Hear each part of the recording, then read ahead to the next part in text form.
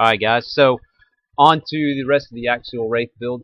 What you're seeing now is the receiver box that I've put together. I am currently putting together, just putting the little foam pieces that help hold the wires in place, keep it tight, keep the dust out. So just test fitting all that, pointing out the O-ring that goes around there helps keep it sealed. It's nearly waterproof, water resistant at least. It's not going to keep water out of it if you submerge it, but it'll do better than obviously just having it sitting out on the chassis itself. So we're just tightening it down, getting everything good and snug, putting the wire top, or whatever you want to call it, the lid on there, getting it down. And then I'm going to have to fish the antenna through and then get it set up. Now it does have it so that you can put an antenna pipe in there, and then you can lock it down with a small grub screw. So obviously that's what I just pointed out there. Next is going to be putting it into the chassis itself.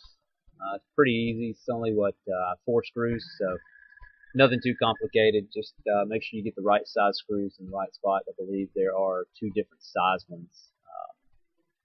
So I think if you note, I'll end up having to use a different driver at one point because some of them are smaller than the others with that. So you just want to pay extra close attention to that aspect when you're installing. Right there is where I switched.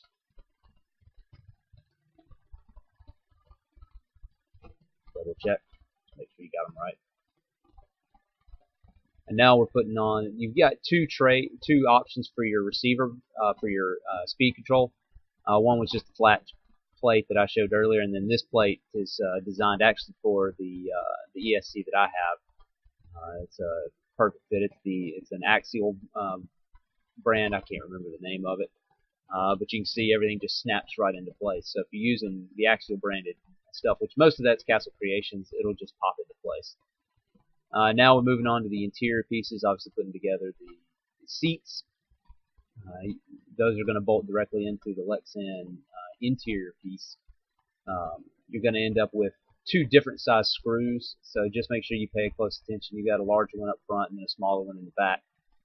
So you will need two drivers for that, but just pay attention to the manual, and it should be pretty straightforward, nothing too difficult or rough. It's just one of those things where you're constantly having to bounce between different size drivers on a build. There you go. Next is going to be installing some of the detail pieces, the drive shaft, the gear shift and transfer case shift and everything else, and those 2 pieces rather. They're tedious. They have some small screws and small retention pieces in there, so it's just a little bit of a fight to get everything lined up. You got to make sure you've reamed out the holes to the right size. You don't want to make them too large so the screw doesn't pass right through. But like I said, it's straightforward but a little tedious, and so you just have to pay attention and steady hand and a little bit of patience, and you'll get it. I think right there I'm doing the transfer case shift lever. And next we're going to work on the dash panel. We're going to be installing the steering wheel. Or no, I'm sorry, installing the OS bar on the front of this one. Again, much like the gear shift levers and everything else, it's just tedious. Small screw, small retention piece. Just make sure your holes are the right size. It's just a little fussing and fighting for some small detail pieces. As you can see, it's just got to hold it right, got to get it all tight, and snug it down.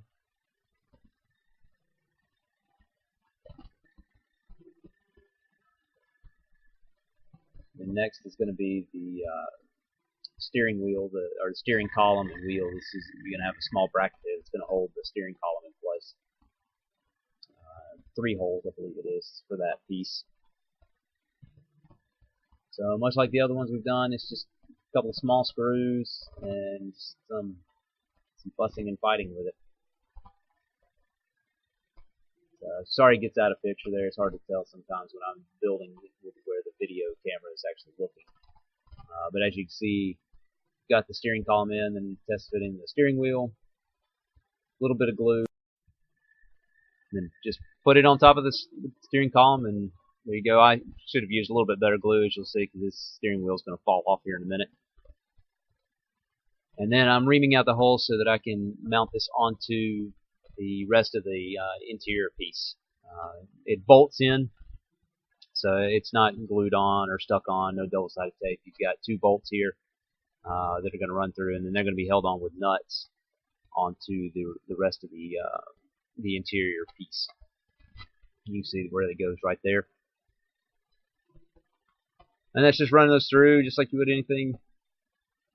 Make sure they're the right size. Have to ream it out some more.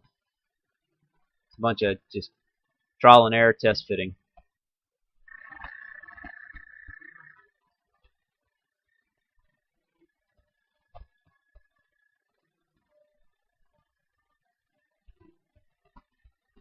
There you can see it's just a small nut that holds it in place. It's got 2 of them there.